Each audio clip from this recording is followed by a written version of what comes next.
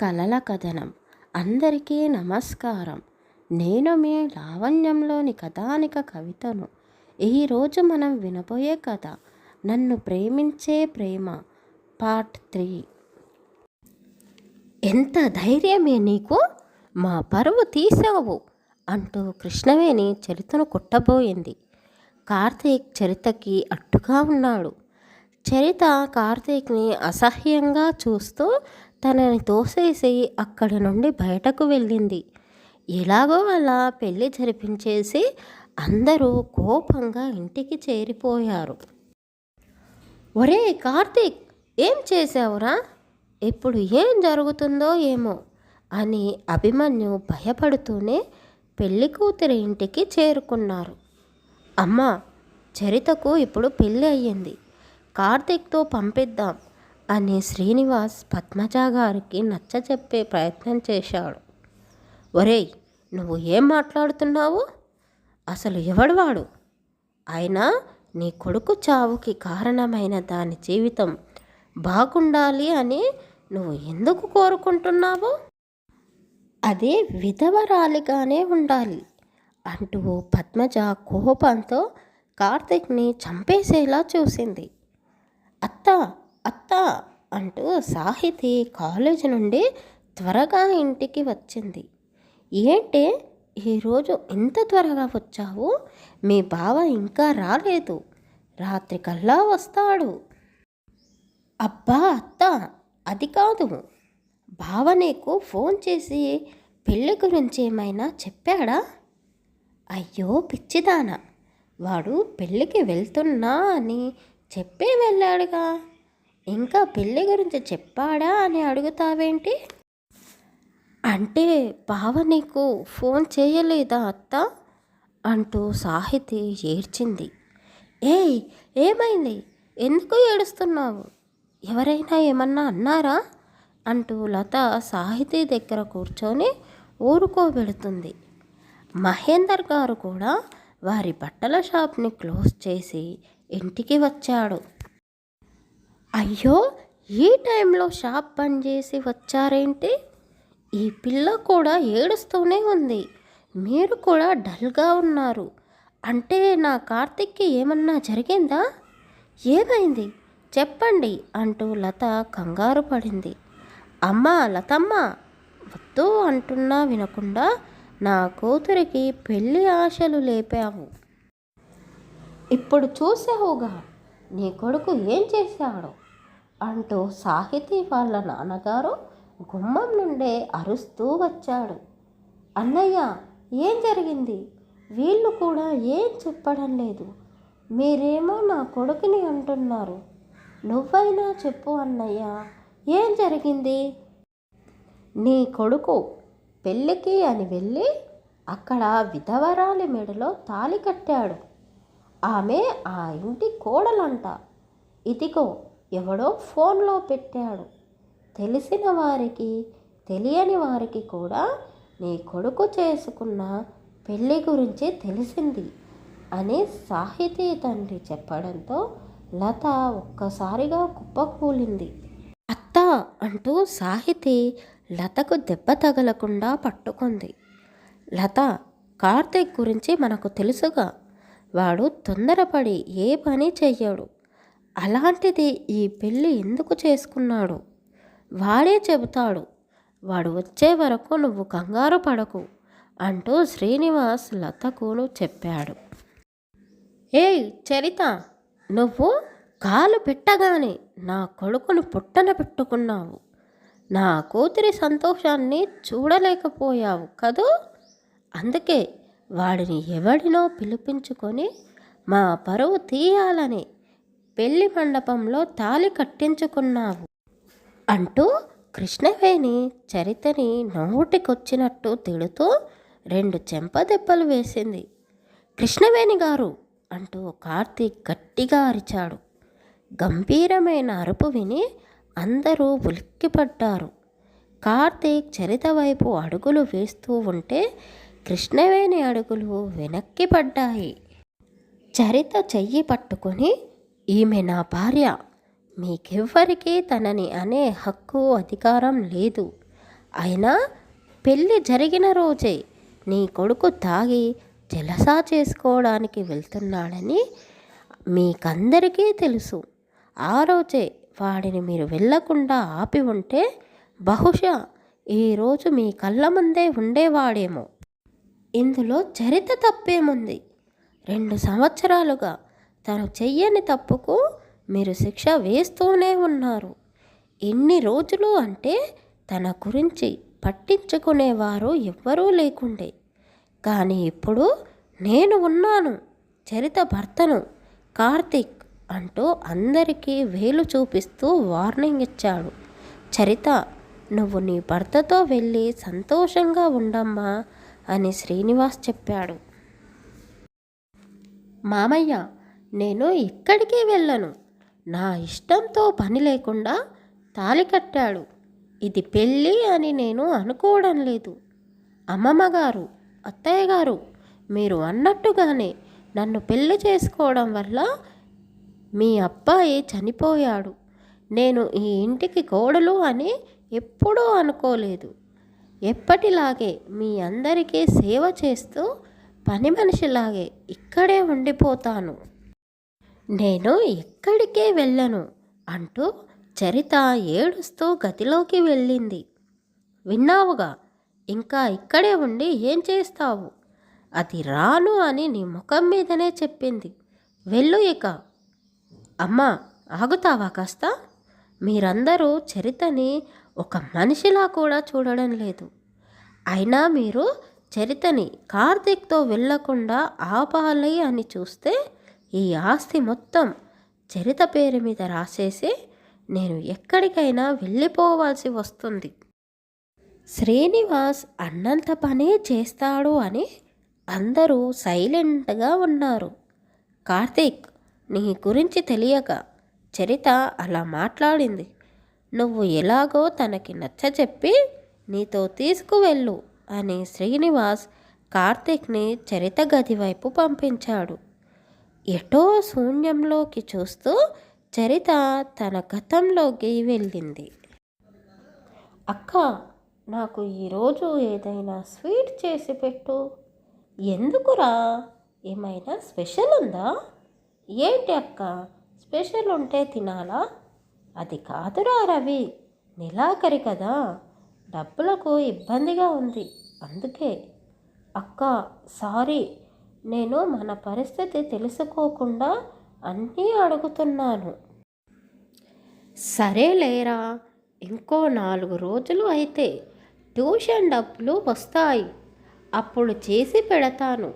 కానీ పద, కాలేజీకి టైం అయ్యింది అంటూ చరిత, రవి ఇద్దరూ ఒకే కాలేజీకి వెళ్ళారు. రవి, బాక్స్ మొత్తం తిను అని చెప్పి ఇద్దరూ వారి కాలేజ్ బిల్డింగ్లోకి వెళ్ళారు. ఏంటి చరిత, నువ్వు అన్ని సబ్జెక్ట్లోనూ పాస్ అవుతావు, పార్ట్ టైం జాబ్ చేస్తావు, పిల్లలకు ట్యూషన్స్ చెప్తావు, కాలేజీకి వస్తావు. నువ్వు అసలు మనిషివేనా లేక రోపోవా? ఏం చేస్తామమ్మా, తలరాత ఎలా ఉంటే అలా చేయాలి. మా అమ్మా నాన్న చిన్నప్పుడే చనిపోయారు. మా బంధువులు ఉన్నారో లేరో కూడా మాకు తెలీదు. మా నాన్న మాకు ఇచ్చింది ఒక ఇల్లు మాత్రమే. నా తమ్ముడిని బాగా చదివించాలి, అందుకే నాకు ఈ తిప్పలు తప్పవు. సరే కానీ మా గురించి ఎందుకులే, టీవీ సీరియల్లో లాగా వాళ్లకు ఉండే కష్టాలే మాకు ఉంటాయి. కానీ పదండి క్లాస్కి అంటూ చరిత ఫ్రెండ్స్తో బాగా ఎంజాయ్ చేసేది, తన ఒంటరితనాన్ని మర్చిపోవాలని. ఒరేయ్ రవికుమార్, మీ అక్కతోనే వస్తావు, తనతోనే వెళ్తావు, ఇంటికి వెళ్ళి ఏం చేస్తావురా? మాతో కాసేపు ఉంటే మీ అక్కని ఎవరూ ఎత్తుకుపోలేరు. కానీ ఈరోజు నువ్వు మాత్రం మా అందరితో కలిసి సినిమాకి వస్తున్నావు. అరే అది కాదురా, నేను వెళ్ళాలి, మా అక్క ఒక్కతే వెళ్ళలేదు అని ఎంత చెప్పినా వినకుండా రవిని ఆట పట్టిస్తున్నారు. వాళ్ళ సీనియర్ రాహుల్ వారి దగ్గరికి వచ్చాడు. ఏంటిరా మీ అల్లరి? వాడిని వదిలేయండిరా. అన్నా, రాహుల్ అన్నా ఎప్పుడూ మాతో కలిసి బయటకు రాలేదన్నా. అలా ఎలా వదిలేస్తాము? వాడు మా ఫ్రెండ్ కదా అన్నా అంటూ బీటెక్ లాస్ట్ ఇయర్ స్టూడెంట్ రాహుల్తో డిప్లొమా ఫస్ట్ ఇయర్ స్టూడెంట్స్ అంటున్నారు. ఇంకా తమ్ముడు రవి రాలేదు అని చరిత పక్క బిల్డింగ్లో ఉన్న తమ్ముడు వద్దకు వెళ్ళింది. రవి అంటూ వారందరి మధ్యలో ఉన్న తమ్ముడిని పిలిచింది. ఓకేరా, మా అక్క వచ్చింది, నేను వెళ్తాను, బాయ్ అని వారికి చెప్పేసి రవి వాళ్ళ నుండి తప్పించుకున్నాడు. మొదటిసారి చరితను చూసి రాహుల్ ఇష్టపడ్డాడు. వారు వెళ్ళే వరకు చరితనే చూస్తూ ఉన్నాడు. ఆ రోజు రాత్రి చరిత తమ్ముడి కోసం స్వీట్ చేసి పెట్టింది. అక్క, నేను ఏదో ఊరికే అడిగాను, ఇప్పుడు ఎందుకు చేశావు? డబ్బులు వచ్చాక చేసుకుంటే సరిపోయేదిగా. ఏం కాదులేరా, మన చిన్న చిన్న సంతోషాలు కూడా తీర్చుకోలేకపోతే ఎలా? సరే కానీ నువ్వు పడుకో, నాకు వర్క్ ఉంది అంటూ ల్యాప్టాప్ ఓపెన్ చేసి రాత్రి 3 గంటల వరకు వర్క్ చేసింది. ఉదయం 9 గంటలకల్లా కాలేజీకి వెళ్ళడం, సాయంత్రం 5 గంటలకు ఇంటికి రావడం, తమ్ముడితో కలిసి పిల్లలకు ట్యూషన్ చెప్పడం, మళ్ళీ రాత్రి 10 గంటలకు ల్యాప్టాప్లో వర్క్ చేయడం, ఇలా వారి చదువుకు అయ్యే ఖర్చులు సర్దుకుంటూ ఉన్నారు. రాహుల్, డాడీతో కలిసి ఆఫీస్కి వెళ్ళొచ్చుగా, ఈరోజు కాలేజీ లేదుగా. అమ్మా, నాకు బయట చాలా పని ఉంది, అయినా డాడీ నేను ఒకే ఆఫీస్లో ఏం చేస్తాము? అవునురా, నువ్వు బాగా ఎంజాయ్ చేశాకే ఆఫీస్ గురించి ఆలోచిద్దువు, అప్పటిదాకా మీ డాడీనే చూసుకుంటాడు. అయినా ఎంత తిన్నా తరగని ఆస్తి ఉంది, ఇంకా నువ్వు కూడా కష్టపడాలా అని పద్మజ అనడంతో మా మంచి నానమ్మ అంటూ అర్జెంటుగా 20,000 ఇవ్వు నానమ్మా అని కాకా పట్టాడు. డాడీ వస్తున్నాడు, త్వరగా అంటూ డబ్బులు తీసుకొని బయటకు వెళ్ళాడు. అమ్మా, ఏంటి మీరు చేస్తున్నది? వాడు అడిగినప్పుడల్లా ఇలా డబ్బులు ఇస్తే ఎప్పుడు వాడికి డబ్బు విలువ తెలుస్తుంది అంటూ శ్రీనివాస్ కృష్ణవేణి పద్మజాలాన్ని కాస్త గట్టిగానే అడిగాడు. పోనీలండి, వాడు కాకపోతే మరి ఇంకెవరు ఖర్చు పెడతారు? ఎన్నో పూజలు వ్రతాలు చేస్తే పుట్టిన కొడుకు, వాడు అడిగింది ఏదైనా సరే ఎలా కాదంటాను? మీరు ఇంతలా వెనుకేసుకొని రావడం వల్లే వాడు అన్ని చెడు అలవాట్లకు అలవాటు పడ్డాడు. అక్క చూడు, నీకోసం నేను ఏం తెచ్చానో. ఏంటిరా, నీ చేతిలో ఏం దాస్తున్నావు అంటూ రవి వెనకాల ఉన్న చేతులను లాగింది. గాజులు తెచ్చాను అంటూ రవి చరితకు గాజులు ఇచ్చాడు. ఏంటిరా, ఇవి వేసుకొని నేను కాలేజీకి రావాలా? కాదక్క, నీ బర్త్డే రోజు వేసుకో, అమ్మ చీరతో లంగా ఓని కుట్టించుకున్నావుగా, దానికి మ్యాచింగ్ అవుతాయని తెచ్చాను. రవి అన్నట్టుగానే చరిత పుట్టినరోజు ఉదయాన్నే లేచి రెడీ అయ్యి ఇద్దరూ గుడికి వెళ్ళారు. అక్కడి నుండే కాలేజీకి వెళ్ళారు. అక్క, ఈరోజు నువ్వు సూపర్గా ఉన్నావు తెలుసా? అబ్బా, ఇప్పటికే 100 సార్లు చెప్పావురా, ఇంకా ఎన్నిసార్లు చెప్తావు? అయినా ఇది అమ్మ పాత చీరతో కుట్టించుకున్న లంగా ఓని. కాకి పిల్ల కాకికే ముద్దు కానీ అందరికీ నచ్చదుగా. అయ్యో అక్క, నేను నిజమే చెబుతున్నాను. సరే కానీ వెళ్ళు, సాయంత్రం ఇంటికి త్వరగా వెళ్దాం అంటూ ఎవరి బిల్డింగ్ కాలేజీలోకి వాళ్ళు వెళ్ళారు. లంగా ఓణిలో చరితను చూసి రాహుల్ మైమరిచిపోయాడు.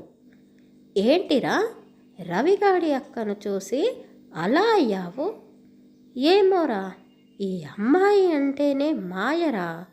ఇంతమంది అమ్మాయిలు నా చుట్టూ ఉన్నా ఎందుకో నాకు ఆ పిల్ల బాగా నచ్చింది. అయితే ఒకసారి ట్రై చేస్తావారా? ఒరేయ్, తను అలాంటిది కాదురా. పాపం తను చాలా కష్టపడుతూ చదువుకుంటుంది.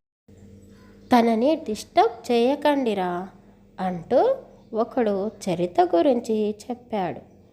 అయినా అలాంటి అమ్మాయిని ట్రై చేస్తావా అని ఎవర్రా అన్నది అంటూ రాహుల్ వాడి చెంప చెల్లుమనిపించాడు. ఆ అమ్మాయిని నేను పెళ్లి చేసుకొని నా సొంతం చేసుకుంటా అని రాహుల్ వారికి చెప్పాడు. డోర్ కొట్టడం విని చరిత ఊహల్లో నుంచి బయటకు వచ్చింది. చరిత, నేను కార్తీక్ని. ఒక్కసారి నేను చెప్పేది విను. డోర్ తీయి. నేను ఎవరు ఎన్ని చెప్పినా వినను. అయినా నీకు నాకు ఎలాంటి సంబంధం లేదు. నువ్వు ఇక్కడి నుండి వెళ్ళిపో. నేను నీతో వస్తాను అని అనుకోకు అంటూ చరిత డోర్ ఓపెన్ చేయకుండానే కార్తీక్కి చెప్పింది. చరిత, నువ్వు నా భార్యవి. ఇప్పుడు నాతో నువ్వు రావాల్సిందే. ఇక్కడ నీకంటూ ఎవ్వరూ లేరు. చరిత కోపంగా డోర్ తీసింది. ఏంటి ఏంటి ఊరుకుంటుంటే బాగా ఎక్కువ చేస్తున్నావు. ఇక్కడ నాకు ఎవరూ లేరు అని ఎలా అంటున్నావు? ఈ ఇంట్లోనే ఉండాలని నా తమ్ముడు చెప్పాడు. వాడికి ఇచ్చిన మాట కోసం నేను ఇక్కడే ఉండాలి. నువ్వు బలవంతంగా కట్టిన ఈ తాళి నా మెడలో ఉంది అనే కదా నువ్వు ఇలా మాట్లాడుతున్నావు. ఇది తీసేసి నీ చేతిలోనే పెడతాను అంటూ చరిత తన మెడలో నుంచి తాళి తీయబోయింది. ఒక్క నిమిషం, మీ తమ్ముడికి మాట ఇచ్చావు అంటున్నావుగా, మరి మీ తమ్ముడి కోసం నేను కట్టిన తాళిని తీసేయకుండా నాతో రావాలి. చరిత ఒక్కసారిగా కళ్ళు పెద్దగా చేసి చూసింది. ఏం మాట్లాడుతున్నావు? మా తమ్ముడా? అవును, మీ తమ్ముడే. బ్రతికే ఉన్నాడు నా దగ్గరే. నేను నమ్మను. నువ్వు కావాలనే నా గురించి తెలుసుకొని ఏదో కట్టుకథ చెబుతున్నావు. కాదమ్మా, కార్తీక్ చెప్పేది నిజమే. రవి బ్రతికే ఉన్నాడు అని శ్రీనివాస్ చెప్పాడు. రవికుమార్కి ఏమైంది? అసలు ఏం జరిగింది? చరిత కార్తీక్తో వెళుతుందా? కార్తీక్ వాళ్ళమ్మ ఈ పెళ్ళిని ఒప్పుకుంటుందా? తరువాయి భాగంలో తెలుసుకుందాం. సారీ అండి, నిన్న స్టోరీ అప్డేట్ ఇవ్వలేకపోయాను. అందుకే కాస్త ఎక్కువగానే స్టోరీ చేశాను. కథ నచ్చితే లైక్ చేసి సబ్స్క్రైబ్ చేసుకోండి.